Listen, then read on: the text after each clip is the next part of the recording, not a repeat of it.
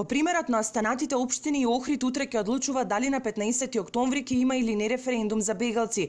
Откако последната седница на Советот заврши со жестока расправа при што советниците од СДСМ ја напуштија салата, останатите и понатаму не се откажуваат од целта Охридскиот совет утре да расправа за бегалците и да успее да изгласа одржување референдум на денот на локалните избори. И покрај демантите од владата дека ниту ќе има, ниту ќе се градат нови станови за мигранти, советникот од ДПМН Ангел Јанев тврди дека таков план постои и дека ситуацијата е алармантна. Ние ќе помогнеме со пари, ќе ви позајмиме, ќе ви дадеме, технички ќе ви помогнеме, се само задржите ги таму.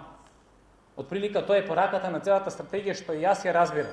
Мене повеќе ми личи на една семинарска преведена работа со сите оние работи можеби буквалистички, без да се води сметка за околината или за локалните прилики кои што ги имаме во Република Македонија. Јанев ги повика советниците од двете партии да дадат подршка за предлогот и да застанат во одбрана на државата откако што вели сомнителна стратегија. Ако се изгласа Охриѓани на 15 октомври, освен што ќе бираат татко на градот, ќе треба да одговорат и на прашањето дали некогаш ако дојдат мигранти во земјава, би сакале да се населат во нивниот град. Доколку се донесе ваквата стратегија, доколку таа стратегија и акциониот план за извршување на таквата стратегија е облигаторен, а веројатно ќе биде облигаторен ако се усвои во парламентот на Република Македонија, ќе морат локалните да ги прифатат или да не ги прифатат. Меѓутоа, ред е да ги прифатат сите тие работи. Што тогаш?